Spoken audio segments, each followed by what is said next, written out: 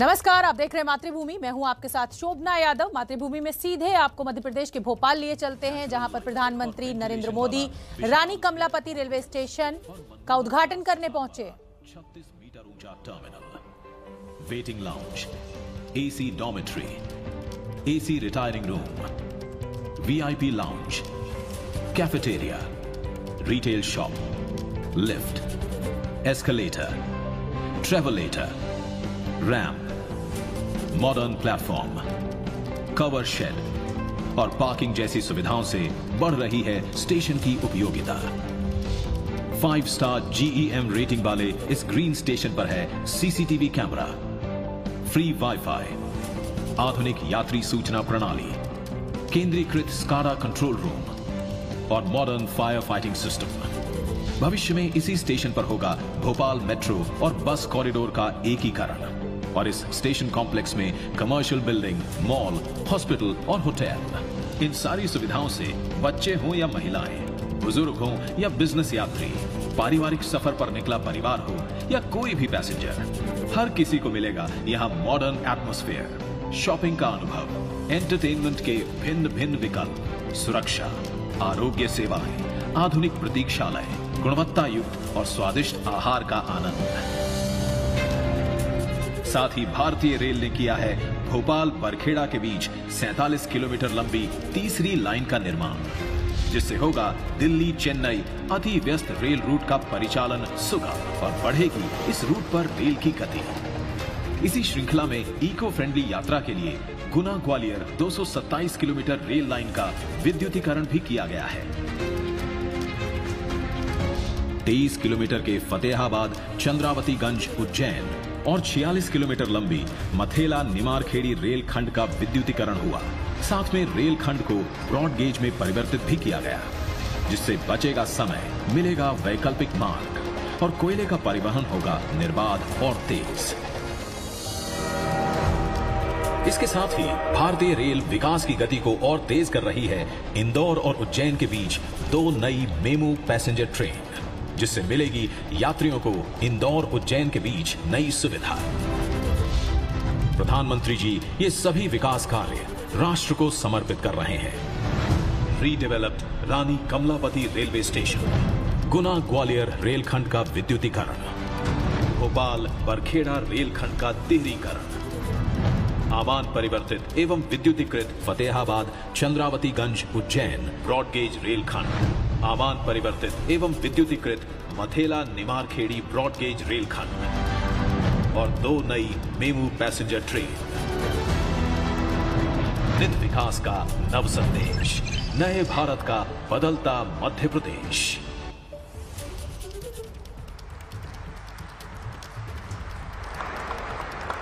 और इसी के साथ माननीय प्रधानमंत्री जी से आग्रह है कि वो उज्जैन इंदौर व इंदौर उज्जैन मेमू ट्रेन को हरी झंडी दिखाकर उनका शुभारंभ करने की कृपा करें।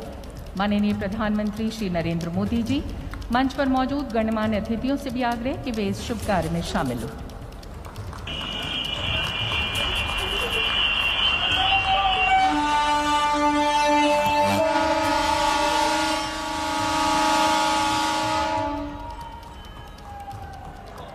नई मेमू ट्रेन सेवा के आरंभ होने से इस क्षेत्र के औद्योगिक विकास को गति मिलेगी और क्षेत्र का चहुमुखी विकास होगा। इसी के साथ उज्जैन व इंदौर के बीच यात्रियों को मिलेगी सुविधाजनक यात्रा। हम शुक्रिया अदा करते हैं माननीय प्रधानमंत्री श्री नरेंद्र मोदी जी का। और अब हम आमंत्रित करते हैं उन्हें जिनके मार्गदर्शन में हमने नित नई ऊंचाइयों को छुआ है। अपने कर कमलों से शुभारंभ करके इस ऐतिहासिक आयोजन को न केवल आपने अविस्मरणीय बनाया है, वरन इसे असाधारण महत्व भी प्रदान किया है। इस अवसर पर निश्चित ही हम माननीय प्रधानमंत्री जी के शब्दों की ध्वनि की प्रतीक्षा में हैं। माननीय प्रधानमंत्री जी से पूरे आदर और विनय के साथ अनुरोध है कि वो समारोह को संबोधित कर हमें अनुग्रहित करने की कृपा करें। माननीय प्रधानमंत्री श्री नरेंद्र मोदी जी।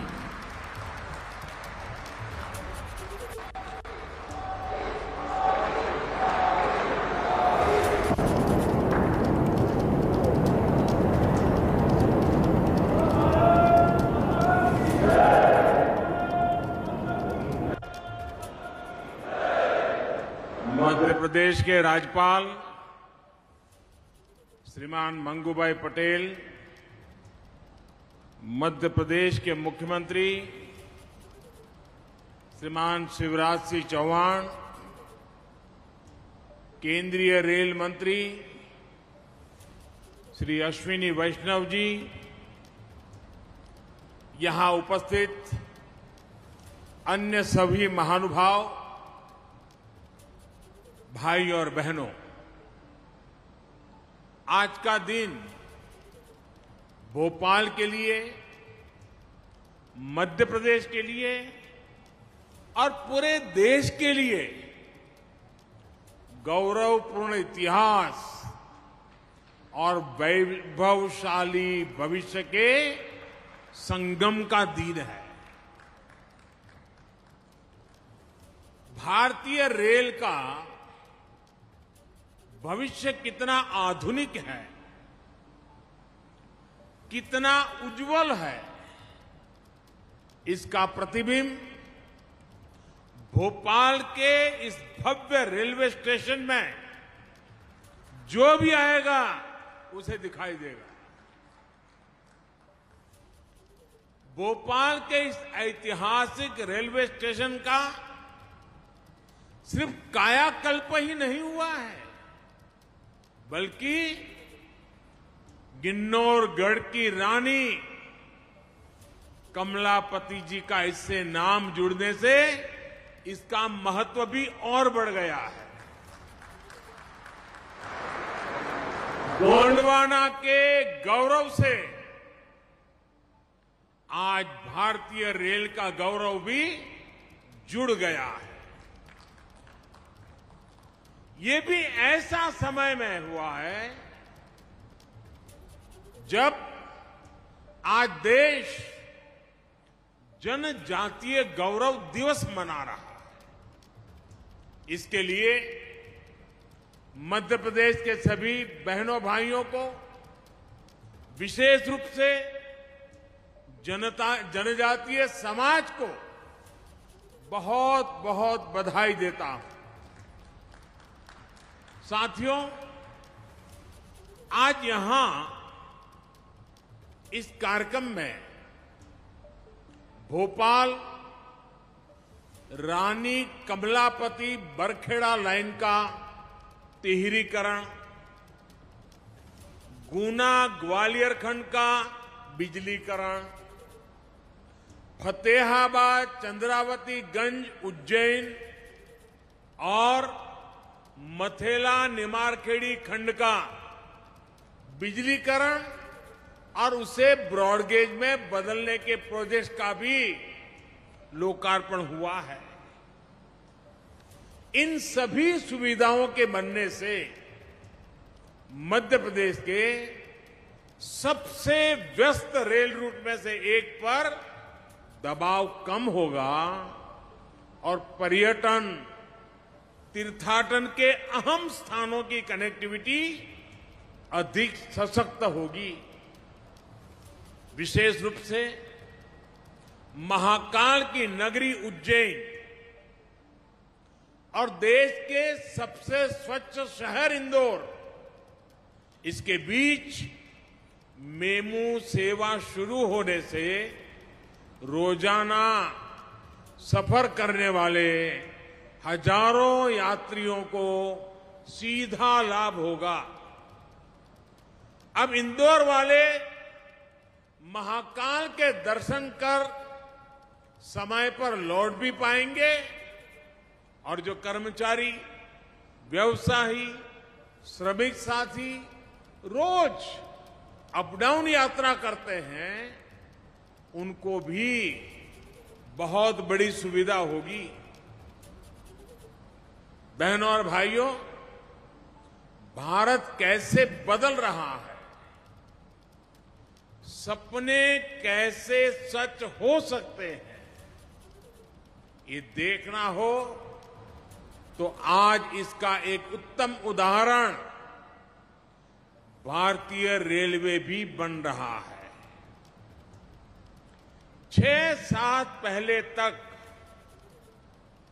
जिसका भी पाला भारतीय रेल से पढ़ता था तो वो भारतीय रेल को ही कोसते हुए, हमेशा कुछ न कुछ बोलते हुए ज्यादा नजर आता था। स्टेशन पर भीड़भाड़, गंदगी, ट्रेन के इंतजार में घंटों की टेंशन, स्टेशन पर बैठने की, खाने पीने की असुविधा, ट्रेन के भीतर भी गंदगी, सुरक्षा की भी चिंता। आपने देखा होगा, लोग बैग के साथ चेन लेकर के आते थे, ताला लगाते थे। दुर्घटना का डर, ये सब कुछ, यानी रेलवे बोलते ही सब ऐसा ही ध्यान में आता था। मन में यही एक छवि उभर करके आती थी। लेकिन स्थिति यहां तक पहुंच गई थी कि लोगों ने स्थितियों के बदलने की उम्मीद तक छोड़ दी थी। लोग मान लिया, चलो भाई ऐसे ही गुजारा करो, सब ऐसे ही चलने वाला है। लेकिन जब देश ईमानदारी से संकल्पों की सिद्धि के लिए जुड़ता है तो सुधार आता ही आता है, परिवर्तन होता ही होता है। ये हम बीते सालों से निरंतर देख रहे हैं। साथियों, देश के सामान्य मानवी को आधुनिक अनुभव देने का जो बीड़ा हमने उठाया है, इसके लिए जो परिश्रम दिन रात किया जा रहा है, उसके परिणाम अब दिखाई देने लगे हैं। कुछ महीने पहले गुजरात में गांधीनगर रेलवे स्टेशन का नया अवतार देश और दुनिया ने देखा था। आज मध्य प्रदेश में भोपाल में रानी कमलापति रेलवे स्टेशन के रूप में देश का पहला ISO सर्टिफाइड, देश का पहला PPP मॉडल आधारित रेलवे स्टेशन देश को समर्पित किया गया है। जो सुविधाएं कभी एयरपोर्ट में मिला करती थी, वो आज रेलवे स्टेशन में मिल रही है। आधुनिक टॉयलेट, बेहतरीन खाना पीना, shopping complex, hotel, museum, gaming zone, hospital, mall, smart parking, ऐसी हर सुविधा यहां विकसित की जा रही है। इसमें भारतीय रेलवे का पहला सेंट्रल एयर कॉन्कोर्स बनाया गया है। इस कॉन्कोर्स में सैकड़ों यात्री एक साथ बैठकर ट्रेन का इंतजार कर सकते हैं। और खास बात यह भी है कि सारे प्लेटफॉर्म इस कॉन्कोर्स से जुड़े हुए हैं, इसलिए यात्रियों को अनावश्यक भागदौड़ करने की जरूरत नहीं होगी। भाइयों और बहनों, ऐसे ही इंफ्रास्ट्रक्चर की, ऐसी ही सुविधाओं की देश के सामान्य टैक्स पेयर को, देश के मध्यम वर्ग को हमेशा उम्मीद रही है। यही टैक्स पेयर का असली सम्मान है। VIP कल्चर से EPI यानी every person is important, EPI की तरफ ट्रांसफॉर्मेशन का यही मॉडल है। रेलवे स्टेशंस के पूरे इकोसिस्टम को इसी प्रकार ट्रांसफॉर्म करने के लिए आज देश के 250 से अधिक रेलवे स्टेशनों का कायाकल्प किया जा रहा है। साथियों, आत्मनिर्भर भारत के संकल्प के साथ आज भारत आने वाले वर्षों के लिए खुद को तैयार कर रहा है, बड़े लक्ष्यों पर काम कर रहा है। आज का भारत आधुनिक इंफ्रास्ट्रक्चर के निर्माण के लिए रिकॉर्ड इन्वेस्टमेंट तो कर ही रहा है, ये भी सुनिश्चित कर रहा है कि प्रोजेक्ट्स में देरी ना हो, किसी तरह की बाधा ना आए। हाल में शुरू हुआ पीएम गति शक्ति नेशनल मास्टर प्लान इसी संकल्प की सिद्धि में देश की मदद करेगा। इंफ्रास्ट्रक्चर से जुड़ी सरकार की नीतियां हो, बड़े प्रोजेक्ट्स की प्लानिंग हो, उन पर काम किया जाना हो, गति शक्ति नेशनल मास्टर प्लान सभी का मार्गदर्शन करेगा। जब हम मास्टर प्लान को आधार बनाकर चलेंगे तो देश के संसाधनों का भी सही उपयोग होगा। पीएम गति शक्ति नेशनल मास्टर प्लान के तहत सरकार अलग अलग मंत्रालयों को एक प्लेटफॉर्म पर ला रही है। अलग अलग प्रोजेक्ट्स की जानकारी हर डिपार्टमेंट को समय पर मिले, इसके लिए भी व्यवस्था बनाई गई है। साथियों, रेलवे स्टेशंस के रीडेवलपमेंट का ये अभियान भी सिर्फ स्टेशन की सुविधाओं तक सीमित नहीं है, बल्कि इस तरह का निर्माण गति शक्ति नेशनल मास्टर प्लान का भी हिस्सा है। यह आजादी के अमृत काल में ऐसे इंफ्रास्ट्रक्चर के निर्माण का अभियान है जो देश के विकास को अभूतपूर्व गति दे सके।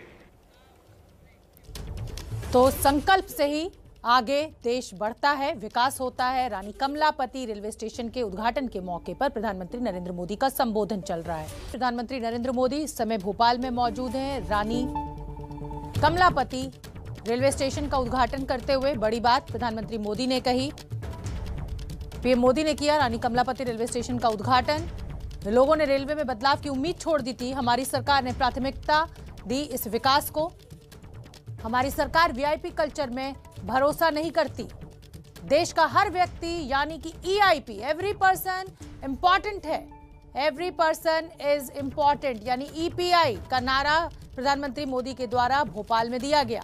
भोपाल को वर्ल्ड क्लास रेलवे स्टेशन की सौगात दी गई और उस दौरान प्रधानमंत्री ने कहा कि हमारे लिए कोई वीआईपी नहीं है। देश का हर व्यक्ति यानी कि ईआईपी यानी एवरी पर्सन इंपॉर्टेंट, ईपीआई माफ कीजिए। और इस समय की बड़ी खबर आपको बता देते हैं। कांग्रेस नेता मणिशंकर अय्यर एक बार फिर विवादों में है। मणिशंकर अय्यर ने आज एक बार फिर मुगल और मुसलमानों को लेकर एक अलग ही सियासी राग छेड़ दिया है। अय्यर ने यह कहा कि मुगलों ने कभी धर्म के नाम पर अत्याचार नहीं किया।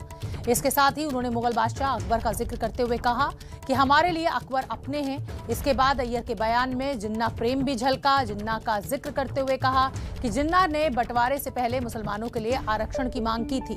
तो एक के बाद एक कांग्रेस नेता ऐसे बयान देते जा रहे हैं जिससे कि एक विवाद खड़ा हो रहा है और हिंदू मुसलमान की जो राजनीति है वो गर्म हो रही है। विदेश से वो आते थे, असभ्य लोग थे, इसीलिए उन्होंने बहुत क्रोध किया भारत पर।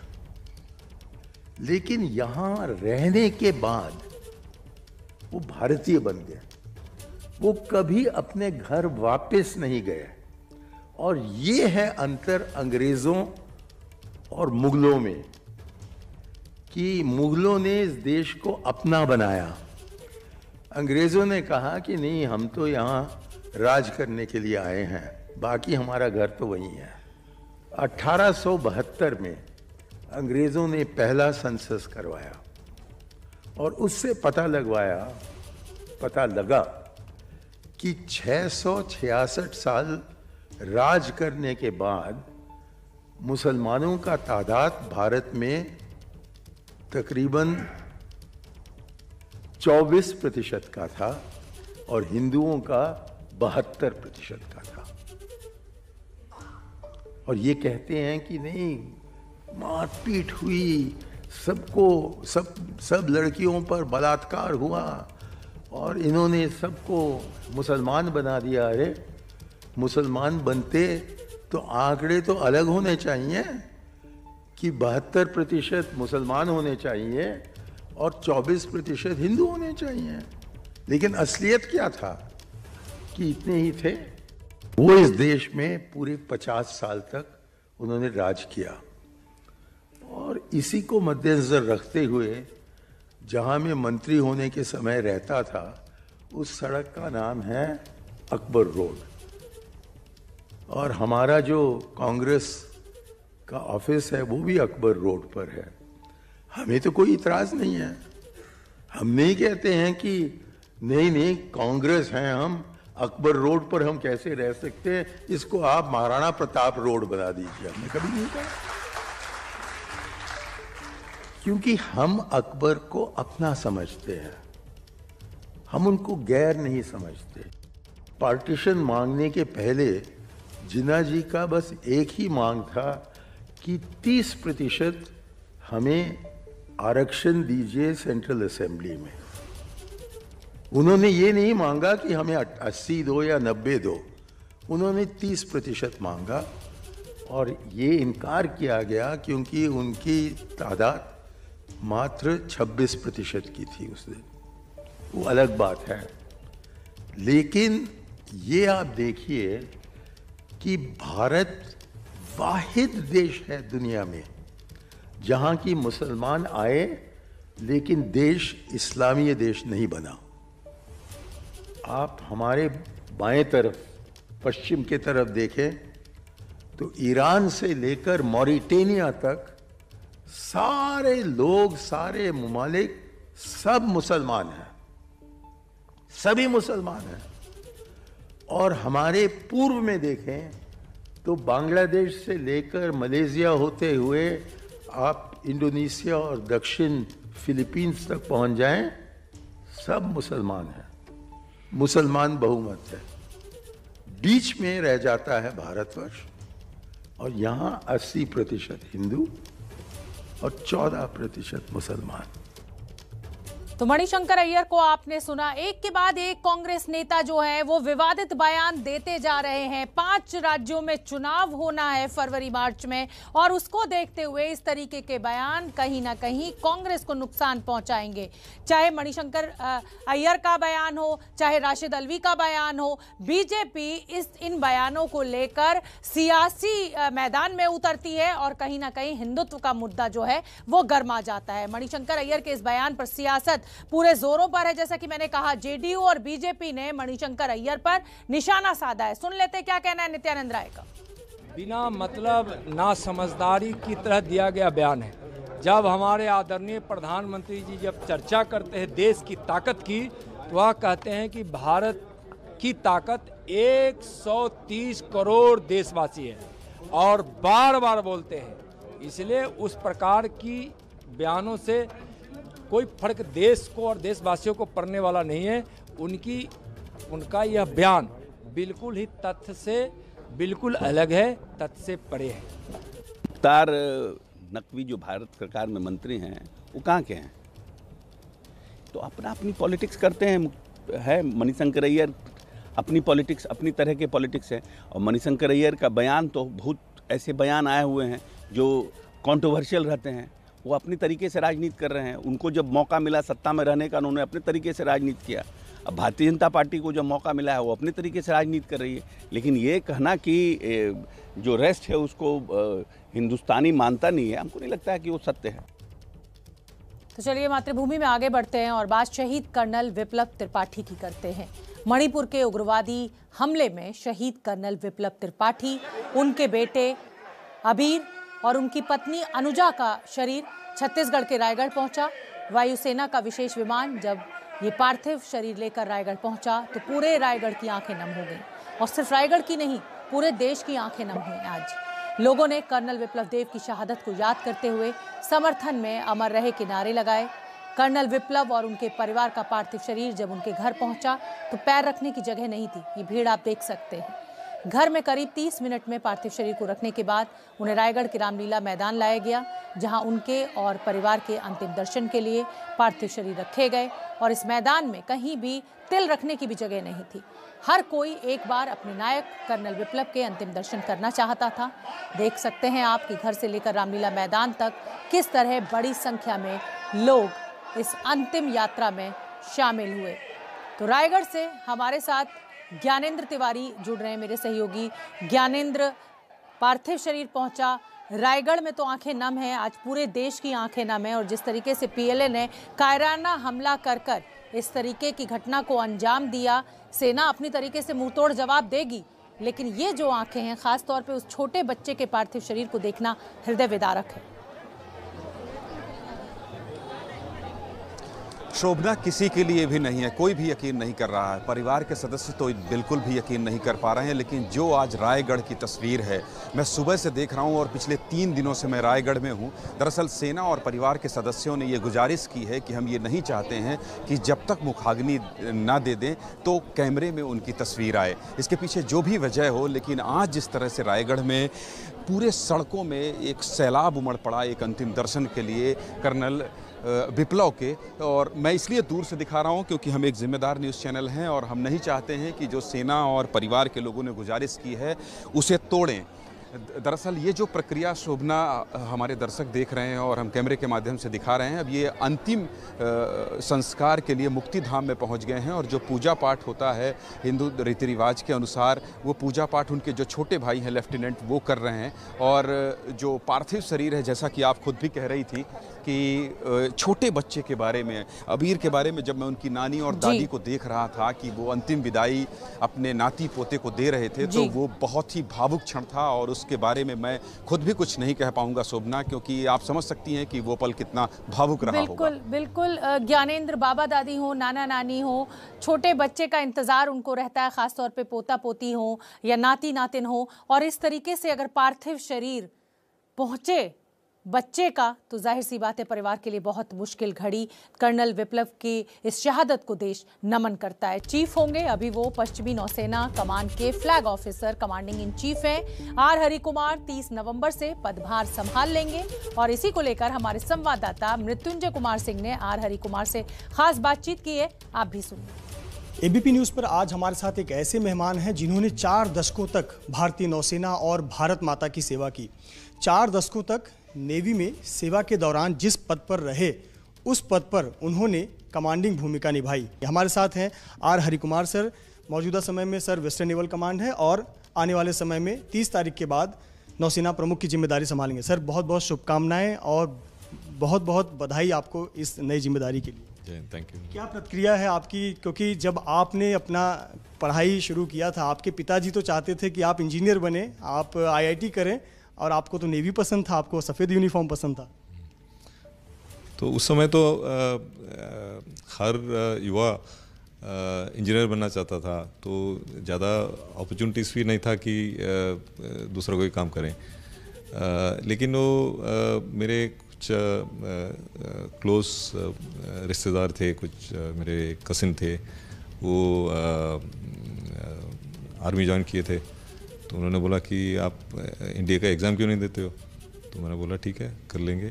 तो जब मैं फर्स्ट ईयर प्री डिग्री मतलब ये जो 11th स्टैंडर्ड था, इक्वलेंट था, उसमें मैं पढ़ रहा था उस समय, तो एग्ज़ाम दे दिया, तो अच्छा नंबर आ गया। तो इंटरव्यू के लिए बुलावा आ गया, तो इंटरव्यू के लिए गया, SSB इंटरव्यू के लिए, तो वो भी ठीक हो गया। तो उसके बाद ये जब मेरिट लिस्ट UPSC का जो मेरिट लिस्ट निकला, तो उसमें काफ़ी ऊपर था। तो फिर मैंने सोचा ठीक है इसी में लग जाएं। आपका करियर देखें तो आपने जहाँ जहाँ आपको जिस पद पर रहे आपने वहाँ पे कमांडिंग पोजीशन पे रही। इस अचीवमेंट के बारे में ज़रूर बताएं, अपना शेयर अनुभव करें। तो देखिए ये जो नेवी में जब हम ज्वाइन करते हैं ना, तो नेवी में सबसे चैलेंजिंग जो और सेटिस्फाइंग जो जॉब है वो शिप कमांड करना है। तो हम सब इसी के लिए एस्पायर करते हैं।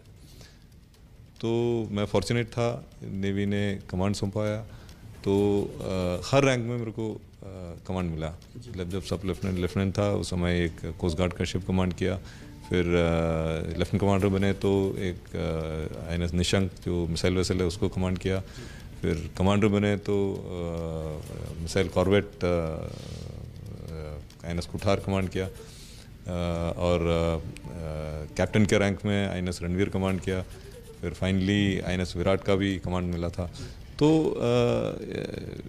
बहुत सेटिस्फाइंग टेन्योर था। एक अनुभव आपका जानना चाहूँगा, INS रणवीर पर थे आप, उस पर ब्रह्मोस का पोप लगाया गया, और INS विराट जो हमारा युद्धपोत उस पर भी आप तैनात रहे। उस अनुभव के बारे में बताएं। ब्रह्मोस हमारे पास आना एक हमारी अलग ताकत बढ़ा देता है, और आप उस पर कमांडिंग पोजीशन पर। तो नेवी में सबसे पहले जो वर्टिकल लॉन्च ब्रह्मोस सिस्टम जो है वो रणवीर पे लगाया था, और रणवीर मेरे को मेरा बहुत ख़ास जहाज़ है, क्योंकि मैं रणवीर जब रशिया में कमीशन हुआ था तो मैं उधर सबसे जूनियर मोस्ट ऑफिसर था। मतलब एक लेफ्टिनेंट और जितने 33 ऑफिसर थे उसमें सबसे जूनियर मोस्ट था मैं। और रणवीर का एक्चुअली एक ट्रांसफॉर्मेशन हुआ था, क्योंकि रणवीर का कमीशनिंग हमने 1986 में किया था, और 2008 में मैं उसको ऑपरेशनलाइज किया, पूरा रिफिट करके उसका जितना वेपन सिस्टम, बराक सिस्टम लग गया था उस पर, और sues V5 electronic warfare system सब लग गए, और बहुत ही अच्छा शिप निकला। अगली खबर बिहार से। बिहार के पूर्णिया में जिला परिषद सदस्य के पति की हत्या पर बवाल मचा हुआ है। पूर्णिया के दमदाहा में रिंटू सिंह मर्डर केस को लेकर नीतीश सरकार की मंत्री लेसी सिंह पर आरोप लग रहे हैं। हालांकि उन्होंने इन आरोपों को खारिज किया है। लेसी सिंह ने विपक्ष पर साजिश रचने का आरोप लगाया है। रिंटू सिंह जिनकी हत्या हुई है उसमें ये कहा गया है कि आपके भतीजे का हाथ है उसमें। देखिए, हमारा गांव में तो मैं बता रही हूँ कि गांव में एकदम मामूली रूप से मेरा जाना आना होता था, किसी से कोई हमारा वहाँ वास्ता नहीं है। मैं अपने काम में व्यस्त रहती हूँ। तो ये तो FIR में नाम दिया गया है और पुलिस जांच कर रही है। जो भी लोग दोषी होंगे पुलिस उस पर कार्रवाई करेगी। और वहाँ ये तो बात सही है कि कई वर्षों से वहाँ पर 2 गुट में लड़ाई चलती है, जो आपस में लोग लड़ते रहते हैं, लेकिन उससे मेरा कहीं से कोई लेना देना नहीं है। और जिनकी हत्या हुई है उन पर 9 केस है, जिसमें कि आप देख रहे हैं कि 9 केस है, और इसमें 302 का है, 307 का है, ये केस है। और जिस गिरोह के ये सदस्य है, उस गिरोह के जो AK-47 लेके पकड़ाया था, उस गिरोह के जो हेड है उनका ताल्लुकात RJD से है, और तेजस्वी यादव के सामने उनका फोटो है, वो पार्टी में ज्वाइन किए हैं। तो ये सारा साजिश जो है मुझे बदनाम करने की, मैं महिला हूँ इसलिए मुझे प्रताड़ित किया जा रहा है कि कमजोर कड़ी महिला होता है, चलो इनको कुछ आरोप लगा दो। तो ये वहाँ जो हम जिनके खिलाफ लड़ते हैं, RJD के जो कैंडिडेट रहते हैं वो दिलीप यादव हैं, वही लोग ये साथ देकर इस तरह का काम करवाते हैं। RJD के संरक्षण में ये लोग साजिश रचते रहे हैं।